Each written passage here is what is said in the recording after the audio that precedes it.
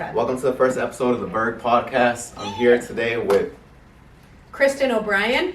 I'm Pedro Melo, Sandy Berry, Ashley Crossman. and together we are the power team. That's right. So we've actually been rolling this whole time. So I'm glad you started off with your eyeglass needs. You know, a lot of people see us as just real estate agents, but we're all regular people, and that's I think a little bit about what we're going to be talking about today. Just a little background on all of us, so that people can get to know us, what it is that we do on a daily, and then what our goals are moving forward. So it'd be great if we could start all the way to the left with the most amazing. We all really love it. Yeah. In the last video, you guys saw a little bit of background about me. So I'm gonna sit on the sidelines today, be a little bit quiet. I want you guys to meet my amazing team members, kind of get to know them a little bit and what they're all about. If you guys want, we can start off with Kristen. Sounds like that's the plan. Yeah, sure. So, what got you into real estate in the first place? It's funny because I grew up in a house where my mom sold real estate since she was 20, so it's all I knew, and I had always told myself I would never sell real estate. I just wasn't into it. But then my first job out of college, I worked at an ad agency. I was an office manager, and there was days I didn't have a ton going on, but I hated the fact that I had to be there 9 to 5 every day. My mom used to call me at 2 o'clock on a Tuesday from TJ Maxx, being like, "Oh, I just saw this sweater. I didn't know if you wanted it." I'm like, "I'm so jealous of your schedule. You just can create it, and you've got gaps." So that was kind of what triggered me to want to switch careers. I wanted to have control of my schedule. So in 2010, I got my license, and my parents actually owned an agency right around the corner here in Mansfield. At the time, I was living in Weymouth, and I would commute down here, and eventually my husband and I bought a house in Mansfield, and we're back in town, and Kind of slow you down a little bit, Kristen. So okay. I hear a lot of salespeople, especially real estate agents, saying that they got into the field to kind of have more control over their time, to have more free time, or be able to adjust their schedules as they need. What I think is funny is I feel like a lot of salespeople don't have any time because they're too busy doing all the work, and a lot of people leave whatever job they have because they don't want a boss, and then you come to find out your clients are your boss. Your clients say 6 p.m. let's hop on this call. You're hopping on that call. Have you found that to be true with Yes. you? Yeah. What I realized is those times my mom was calling me at 2 o'clock on a Tuesday, as it was in the dead of winter or times when things were really slow. So there is a lot less control of my schedule than I thought, and very rarely am I at TJ Maxx at 2 o'clock on a Tuesday. And so you mentioned you have a husband. You also have some children. I do. I've got a little boy in kindergarten and a little boy that will be 2 in January. That's awesome. And yeah. how do you do you find it difficult, obviously, with your balance of time and with the husband and the kids? How do you manage that? I don't always, but it is a constant juggle.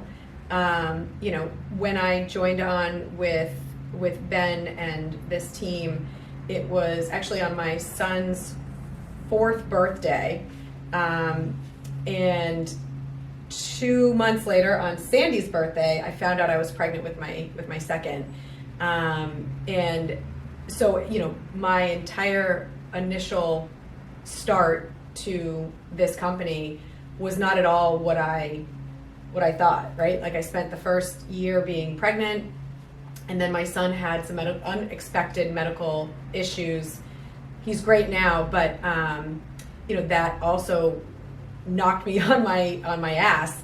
And what was great was the timing when that all happened. Our transaction manager was transitioning out, and so I kind of was able to step into that role. I could do that from home. I could be there for my son, and so it's hard to juggle it all. And now I'm back, and he's in school, and he's healthy, and it's all good again. But regardless of all of that, it's hard to be everywhere. You're often relying on family members and babysitters, and there's a lot of chaos going on behind the scenes.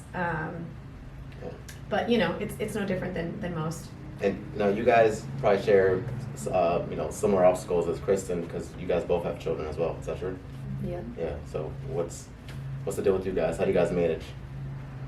Or we're all in the same boat trying to figure it out. We were We no just idea. figure it out day by day. Yeah. Hour by hour.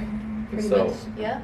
We're lucky Ben's super flexible and we can do whatever we need to do. We all have similar age kids, so everybody kind of gets it when somebody's sick all of a sudden or needs to run, whatever. I like Ben because even when he's gone, he's always there looking over after us and always make sure we're doing the right thing. So shout out to Ben. So Ashley, you have 1 kid, 2 kids, 10 kids. How many kids? Similar to Kristen, I have 2 kids. I have a 4-year-old, and he'll be 2 in February, my second one. And how long have you been doing real estate? 2018.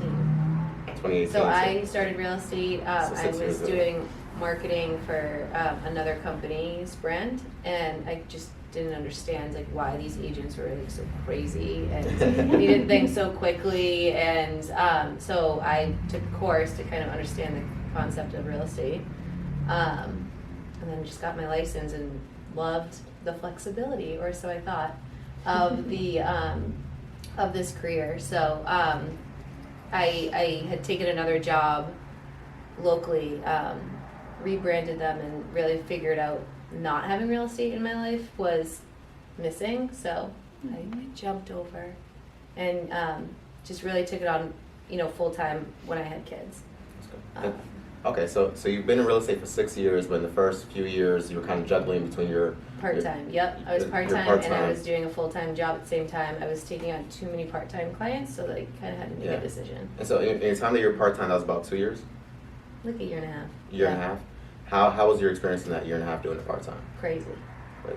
Yeah, and it's definitely something that I didn't feel like I could do part-time. Like, you had to give way more of your time than I thought you needed to. That's exactly what happened for me Yeah. too. So I quit my previous job and jumped into real estate, but I found I wasn't making enough money. Mhm. So I was waitressing and bartending on the side, but my shift would start at 5, and there were times like a client would call and they'd want to see a house, or there were certain times that things were time sensitive, and I'd find myself in like the walk-in cooler taking a phone call Yes. trying to like.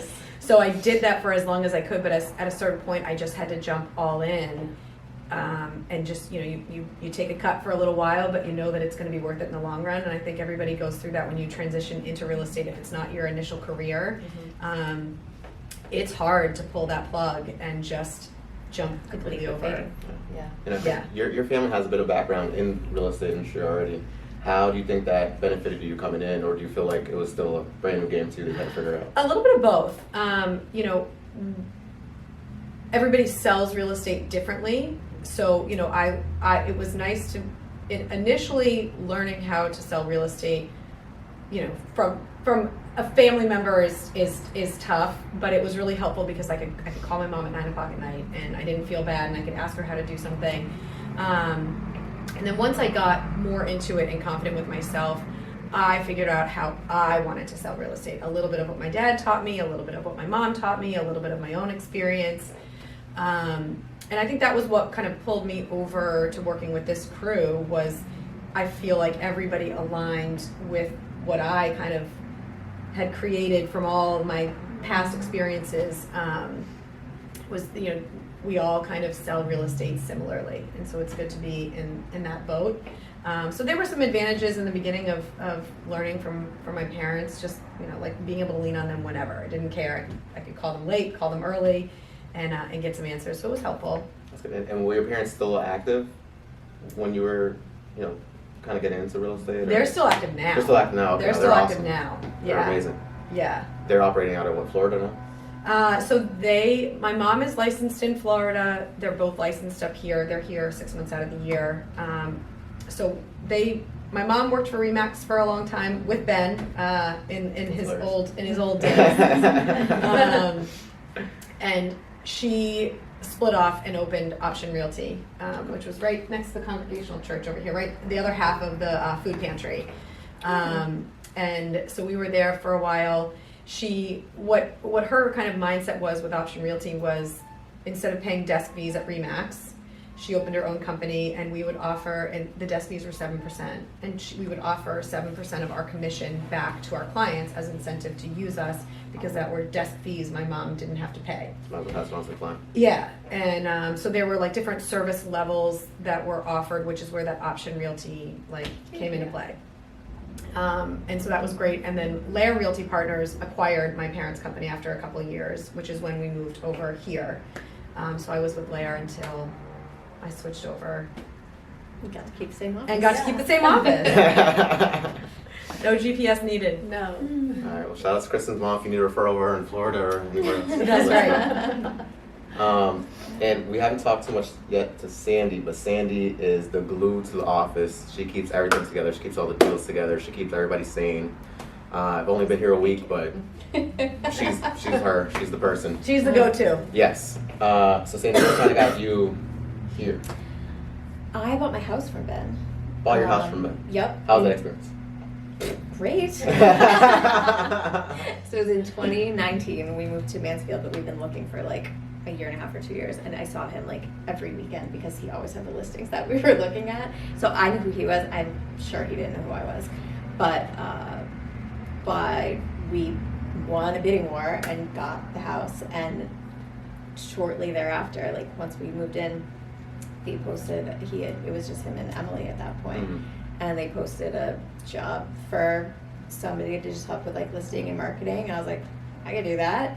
And my job that I was working at, we used to work in nonprofits and fundraising, and it was like a 2-hour commute once we moved down here. That's a So bummer. I was Yeah. ready to change anyway, and this just kind of seemed like a fun opportunity. So we were in Foxborough at that time, and it's evolved a lot and changed a lot. But I am licensed too. I don't do any of my own listings, but I just kind of help everybody else do theirs. It's beautiful. It's beautiful. Mhm. And so it seems kind of like a common theme that, kind of everyone's role here kind of aligned, with what everyone else is doing. So Ben transitioning, trying to become a team lead, meeting you at the right time to kind of help him get started up. Emily, as you mentioned, is Ben's sister. They used to be a transaction manager here. Or? Yep, and so she worked that whole time. She was down in Virginia, and so she was working remotely, and he needed somebody that was here too. So, and then she ended up moving up here, so we had a cute little team of 3 for a little while. Okay. And then she transitioned out, and Kristen came in, and it all worked Aw. perfectly. And then Pedro's here now. Ashley. It's great. Everybody. You're also a mom, I am. and you have a bunch of kids here that you take care of, which is me. Oh. And, I was like, I only have 2. There's a lot of us. Yes. How do you juggle it? How do you do it? I am super lucky that my husband works from home full time, Awesome. so that enables. Shout out to Craig. Yep. He is able to get them off the bus. So my son is 10 and my daughter is 7. So they're a little bit older than these guys. So we're kind of out of the thick of it. They're a good age now. They're great ages. Yeah. They're super fun, but they get off the bus so early. It's like 2:40 and 3:30 or something. So I'm lucky that he's there and he can get them off the bus and manage all the play dates and homework and all of that, and I can kind of stay here and do what's needed. But I don't know what we would do if he wasn't at home. It would be a lot harder. So Yeah. aside from doing real estate, I'm building a support team here for when I have children. I have a bunch of coaches and good Oh, people yeah. to tell That's me what right. to do. Oh, we're gonna That's give you right. all You're the all stuff set. too. We're all set. To kind of dive back in, just into the real estate part of all this, kind of over here a little bit. What do you guys feel has been your, you guys have a few different years of experience, but what do you guys feel has been your biggest obstacle, in real estate, whether it be, obviously juggling your personal life is a big part of it, it seems like. But as far as the actual work, what has surprised you or, been something that you have to, put a lot of work towards? I think the biggest, I guess, maybe like lesson that I've learned through it all, through the challenges is, in the beginning, I used to get really emotionally invested in every transaction. I would lose sleep at night. If an attorney was waiting on something, I would start making calls, and I would get shift out of my lane to try and bring everything together. And ultimately, if I had just waited probably an hour or 2, it would have happened. Having that patience, and also being able to say, if it doesn't come together, that's okay. I felt I had to keep everything together, and I had to do it all. and I would get really emotionally invested, and that was a big lesson to learn, and it honestly helped everybody involved to just, I still care, and I want things to go well, but to be able to drop that rope and trust the process and just kind of stay in my lane, and all I can do is all I can do, and trust that the team around us, the attorneys we work with, the lenders we work with, the clients that we've helped to guide are all doing their job as well. That was a hard lesson to learn, but it was the most beneficial. Yeah, I mean, me dealing with that same thing, and through my sales career, I attributed it to having some spiritual strength. So kind of being able to let go, and as long as you're doing the right thing every day and you're doing the best you can, kind of letting everything else be and kind of fall into place. And that's kind of helped me in keeping myself sane while I'm dealing with You got it. Yeah. crazy deals or anything else going on. Yeah, agreed. I mean, and things actually go more smoothly if you don't get all into it and get all worked up about it. Just kind of let everybody do their job. Yeah, I agree. Okay, so dealing with the ups and downs kind of has been Kristen's thing. How about you guys? Obviously different roles, but yeah. For me, it's probably just like managing the schedule of like how the whole year is not consistent. The spring is so crazy and it's so busy. You're dealing with everyone's schedule. When just like there's a million listings in the spring, and so I've learned to like set limits, like we can't do more than 4 a week. Like that's what I've learned, like I can handle, and that's it. But that doesn't always work out. Like we have to do whatever the clients want to do, but it's just a matter of staying super late and not sleeping. Yes. And Sandy, I feel like is always staying one step ahead of everything. Like yesterday, she heard me on the phone with a client saying that they wanted to schedule a staging consult on December 10th, and she's already sitting next to me making notes. Before I even got off the phone, she sent me, an invite. She had already talked to the stager, and we had the appointment scheduled for 10 a.m. She is just always aware and staying a step ahead of everybody. Yes. How's it felt now? Because obviously you're kind of on top of everybody and in the mix with everything. How do you feel with the team growing and obviously have more responsibility? Pedro coming in and bothering you every day. I love it. I love it so much. It's so great. Not that it wasn't great like then. Sorry. But it's so exciting, and like it was so quiet in here for such a long time. Like you were here, right? You were working from home, and it was just like quiet and not that exciting, motivating. Yeah, there's so much better energy having lots of people around, and I love, every single day is different, which makes it really fun. It's funny, I'm only my second weekend now, which is crazy. It's already been 2 weeks, I think, right? Yeah. Probably, yeah. So during the days that Kristen's here, it's very lively, and I can kind of fall back, and I'm like, okay, I'm just gonna do my thing on the computer.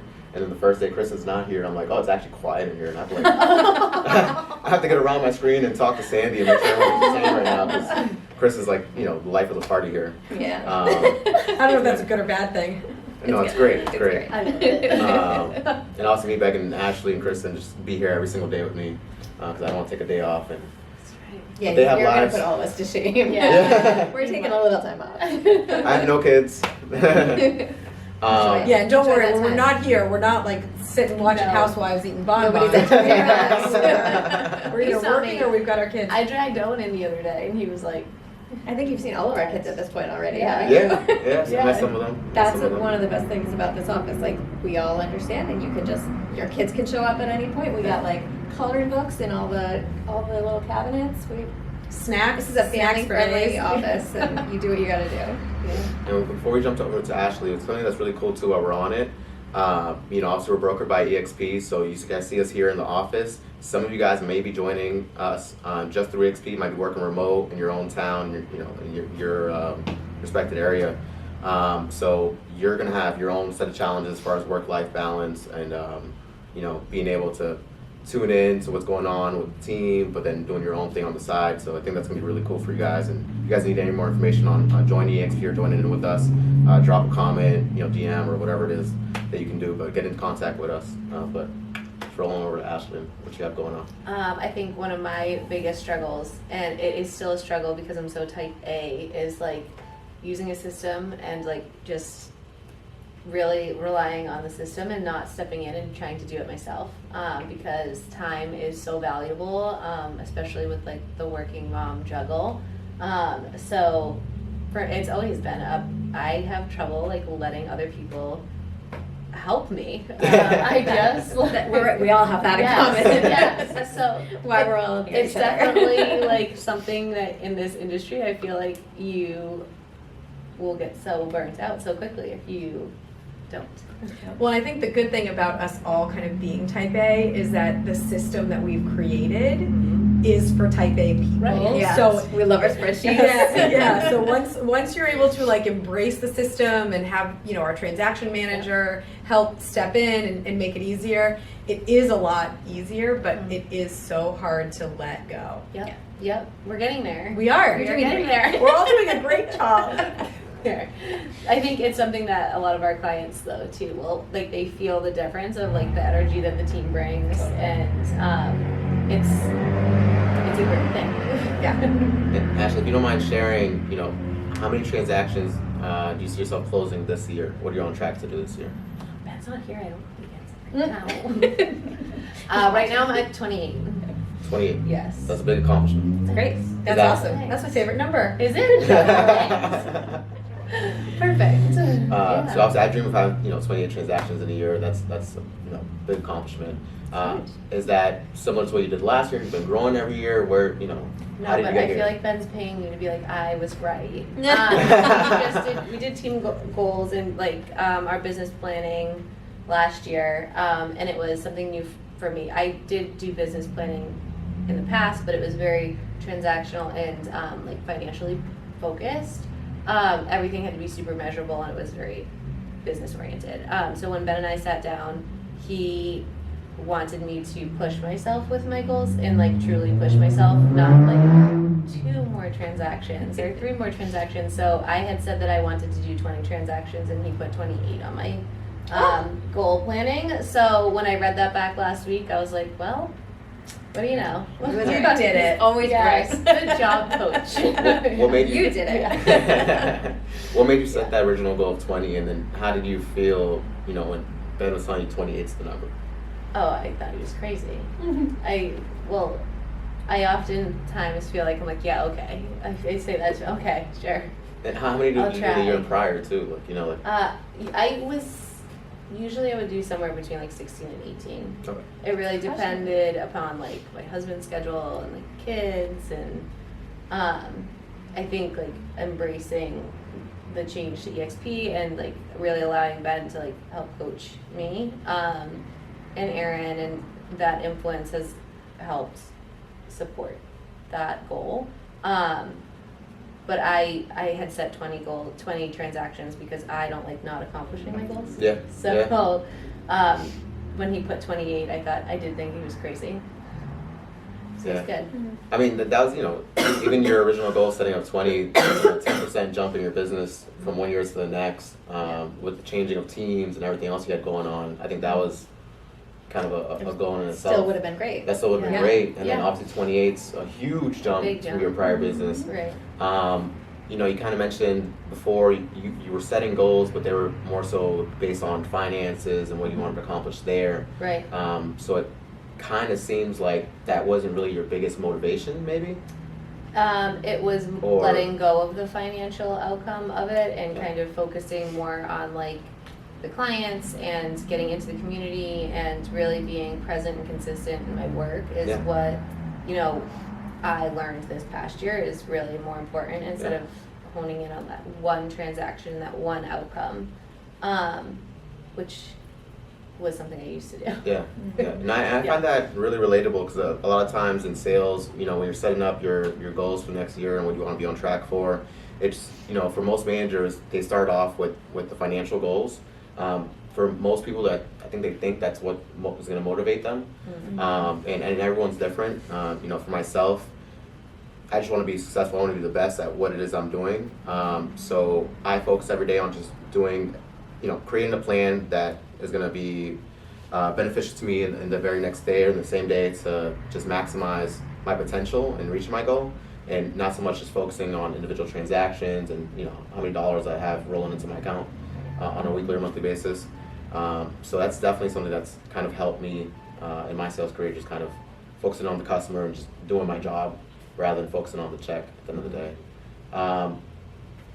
Now that you're, it looks like you're reaching that goal of 28 for this year, what do you see for yourself for next year into 2025? Ben's not here this week. Yeah. We're I hear Ben yelling over there 50, No. 50. Yeah. Oh gosh. I don't know. I think that next year's goals are gonna change from this year's goals. So I'm sure it's gonna be like 35.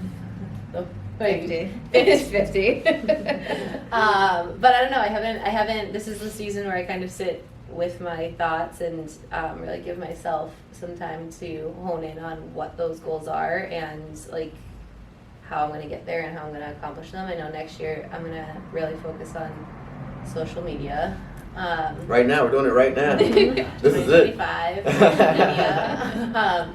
And a little bit more like consistency with my like outward marketing, but utilizing a system and really managing my time is something that is ongoing. So I'm sure utilizing systems and managing my time effectively will lead to more opportunities for. And I think, like, subsequently or parallel to, as our kids start to get, each year our kids are getting older It's and easier, they're yeah. getting easier, and then so your days are more predictable. Yes. And structure is more predictable. Right.